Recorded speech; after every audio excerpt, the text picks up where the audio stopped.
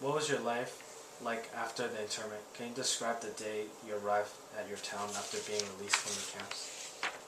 Well, we went by train, and it was a long train ride, as I remember, to Salt Lake City, and we were exhausted, and we finally made it to Salt Lake, and I remember just feeling completely overwhelmed because there are mountains. I don't know if any of you have been to Salt Lake.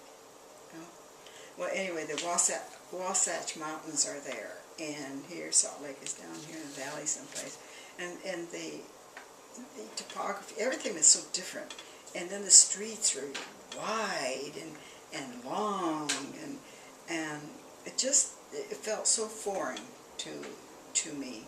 It didn't feel like Portland at all. It just felt. And remember by now I'm an adolescent.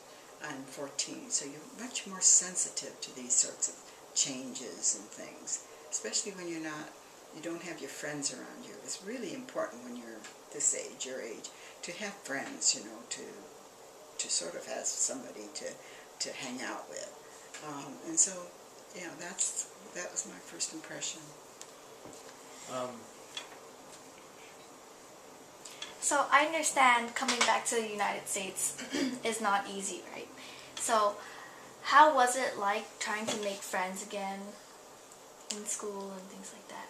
Well, that's an interesting question. In fact, I wrote a little story on it. I was really worried. I was really worried that kids wouldn't like me. This is in Salt Lake now. I was really concerned that they wouldn't like me and that I wouldn't have any friends, that they would ignore me, that et cetera, et cetera, et cetera. So the first day of school, I went to my class, a social studies class, and I tried to be hidden, in the back and whatever. And this teacher came back to me and he said, "Are you okay?" And I said, "Oh, yeah, I'm okay, I'm all right." And then he said, okay, that's good. And then he went back. And there was something about knowing that he was concerned about me that made me feel much more relaxed. And then the kids came in and they were sort of not talking to me or whatever. So about 2 weeks later, he held an election, this member of social studies, and when it came to secretary, he put my name on the ballot. There were 2 other names, and he said, "Well, I think we should put her name on there too," and he put it on there. And I thought, oh my God, no one knows me, they don't like me, they're not going to vote for me. And so the votes came in, and I won by a landslide. And after that, the kids wanted to sit with me, they went to lunch with me. It was sort of like he created this environment so that it was then a very positive experience for me after that. So would you say all the prejudice feelings during the war just subsided after the war, or? Well, remember, I'm not in Salt Lake City. I'm not in Portland. Oh, okay. And Portland is a very different scene.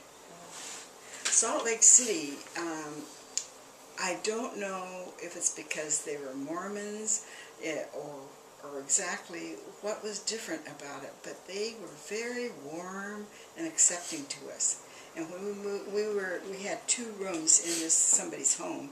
That's where we lived, and the people they called them wards, but anyway, the closest Mormon church came over and they said, we'd like to invite you to come to church, or you can come and since you're young, you might want to come and join our young people's groups. And they were very warm and welcoming, not pushy, but just warm and welcoming. And this was the feeling I got while we were there. We were only there a year, but it was much, much better.